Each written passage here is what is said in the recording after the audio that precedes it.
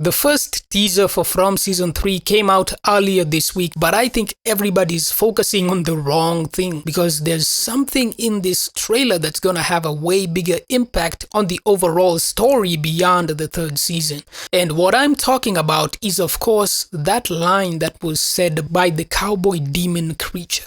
You said this place couldn't break you. The implications of this one sentence are insane. How did he know what Boyd said? I really think this is the biggest mystery in the entire teaser trailer. This was said after Boyd destroyed the music box and then left the dungeon. This right here is the scene where Boyd says Fromland isn't going to break him, and there's obviously no monsters there, at least not in the dimension that Boyd was in at that time.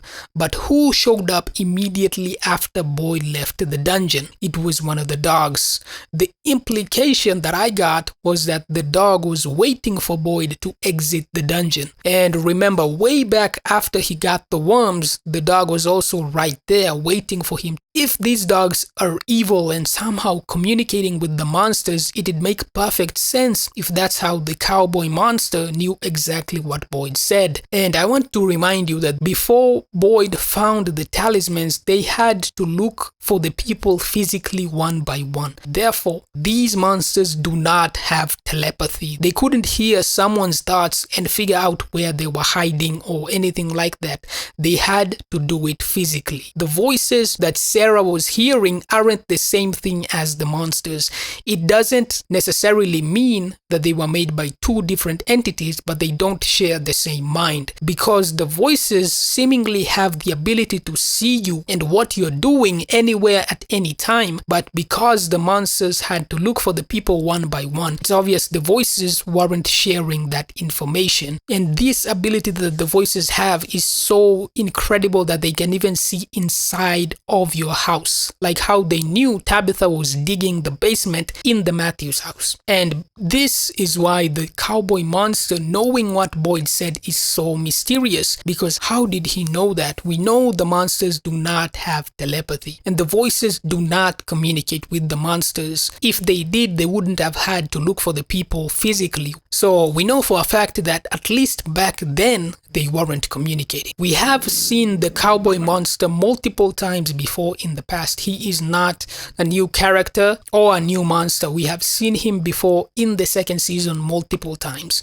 And I've talked about this so many different times before. Every single time that these dogs appear, because remember, there's two of them, there's two different dogs, but every single time that they appear, they have led Boyd to the monsters. From way back in the first season when Boyd found the talismans, it led him to the monsters, and immediately after he left the dungeon, the dog did the same thing to Boyd. It led him to the monsters. And that's where we get the scene with Boyd where he has blurry vision. And remember, Boyd wound up in the dungeon because of the boy in white, once again making us ask if the boy in white was the big bad all along. What's even more interesting about these dogs possibly being evil is that it seems like they can't reveal Boyd's exact location to the monsters. All they do is put him in their vicinity. And that goes back to the idea that there's clearly rules of engagement beyond all the possible different parties that are coexisting in Fromland right now. There's rules, and you don't want to break those rules or else you will be punished. What's crazy is how the cowboy refers to Fromland. The way he says it, it's almost like he himself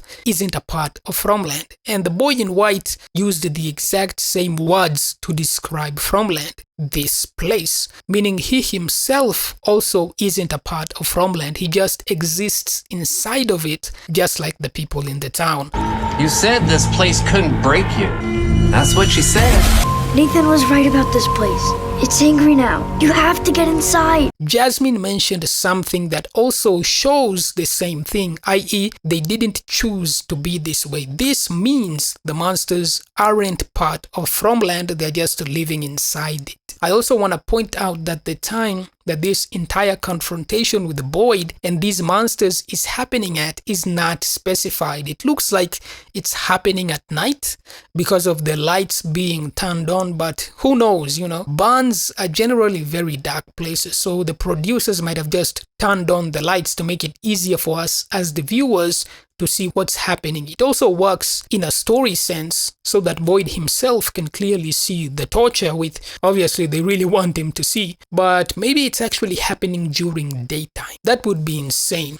There's this one part of the scene where you can see through the wooden boards, and that kind of looks like it could be sunlight, but it's impossible to tell. Something I wonder is if this is happening to Boyd as punishment arranged by FromLand itself, because A, he destroyed the music box and possibly killed the music box entity, or B, Boyd in general has been extremely relentless in breaking the rules that have been established, from going out to the lighthouse, and of course the fact that he killed Smiley using the worms. It's always been interesting to me that the monsters did not recognize the worms, and they didn't know that they're so dangerous to them. I remember when that episode came out, I talked about the idea that the worms could be some sort of cheat code that came from outside FromLand, i.e. manufactured by someone who brought them in on purpose. So for the idea that Boyd is getting punished specifically because of breaking the rules, there's so many different reasons and possible rules that he could have been breaking and therefore getting punished because of that.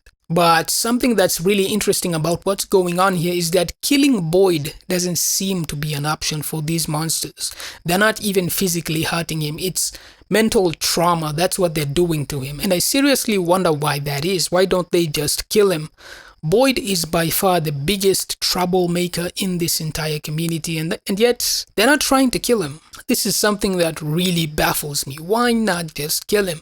And we saw something really similar to this happening in season 2 with Kelly, where they decided to pin her to a tree instead of just killing her. It's obvious there's some sort of game going on in FromLand, like a literal game, whether it's magical or technological, who knows. But there are rules here, rules that you don't want to break, and that means you've got different roles for each player. But it seems to me some of these people can't be killed by the monsters, at least not directly. It would kind of explain how Victor has survived 40 years in FromLand, and it might explain why they didn't just kill Kelly and why they did the same thing with Boyd, where they didn't kill him in this scene and get rid of the biggest troublemaker they've ever had. It looks like after they tortured whoever it is that they were torturing in the barn, they just walked away, I guess, because Boyd seems fine for the rest of the trailer, which is what?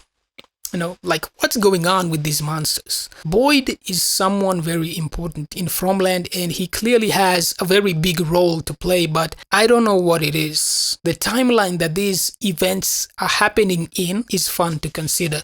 At the beginning of this scene in the teaser trailer, there isn't any blood on Boyd's clothes, but when we get to the wheelbarrow scene with Jade, there's of course a lot of blood on his clothes. The implication is that the blood is from the person who got tortured in front of Boyd, but I also want to bring up that this wound on his clothes right here matches up with where Boyd got shot by Reggie in the season 2 finale, but he didn't have the blood splatters on his lower shirt like he does in the wheelbarrow scene. I've seen people theorizing that this might be Tabitha's body and they found it at the bottle tree the same way Victor found his mother's dead body 40 years ago. It would also explain Victor's expression because he's so close with Tabitha, so yeah. There's also this scene where we see the shoes she was wearing when she went to the lighthouse. Do you think these are the same shoes?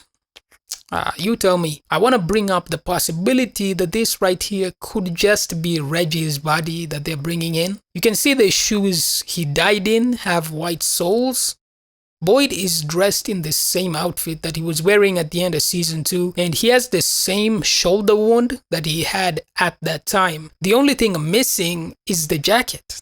It doesn't seem like Boyd winds up immediately in this situation at the beginning of season 3 because the clothes he's wearing in the barn are clean in the beginning of the scene, but they wouldn't be like that if it happened immediately after he followed the dog. It's only after getting tossed around a little bit that he starts bleeding on the shoulder. But the snow in the wheelbarrow scene implies that it happens at least a few days after Boyd killed Reggie in the season 2 finale. But because they're coming on the other side of the town, it's probably not Reggie on the wheelbarrow. Unless maybe he time traveled. Possibly the dog sent him into a faraway tree and he wound up a few days or a week or something like that into the future. That would explain why he's still wearing the same bloody clothes even though it's snowing.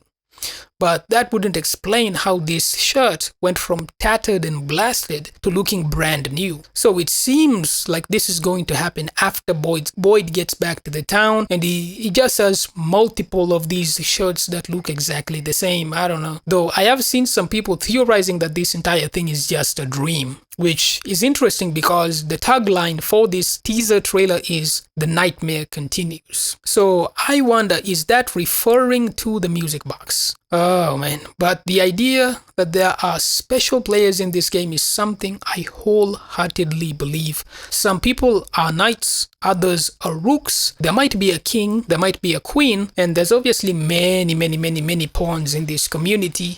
I mean, 90% of these people are sheep. They don't think for themselves. They just stay with the crowd. They're idiots. These people are really stupid, and I can't say that enough times. Boyd is someone of great significance in FromLand. He might be a knight, I don't know, he might be a king or something even higher than that. I mean that in the sense of this being a game like chess, something like that. He's by far the most problematic person to the status quo in FromLand. From killing Smiley, finding the lighthouse, finding the bottle tree, he just keeps going on and on and on and on. And of course, finding the talismans. Boyd is someone that this or these entities clearly are very scared of. And even after they tie him up on this pole in the barn, they still don't kill him. Even when he was going up to Smiley, the monsters just stood around looking like idiots instead of popping out one of those claws that they have and slashing his neck. They just stood around him like, what the fuck are you doing, man? Is it because of an inability to kill some of these people, or are they choosing not to do it? It's also interesting how FromLand has a fascination with Boyd, like the whole Brian Kelly thing. It's not a coincidence, and that entity, or I don't know, FromLand itself, maybe, that keeps showing up as sometimes it's Father Katri, other times it's Abby. Like, what's going on with that? And there was that one time in the well when there was something that looked like Ellis, you know? Like, it's not a coincidence. There's something really obsessed with Boyd in this place. And I don't know if it's because he's so persistent, or if because there's another reason why it's so attached to Boyd specifically. And now you've got this spectacle that they're holding specifically for Boyd. They want him specifically to see this. Like, why? Oh man, what do you think is going on in this teaser trailer, or even FromLand in general? You tell me, because we all want to know the answers. So you tell me what you think. But one thing that's obvious to all of us is that Boyd is a very special person. They've never seen anybody like him in FromLand. He is on another level.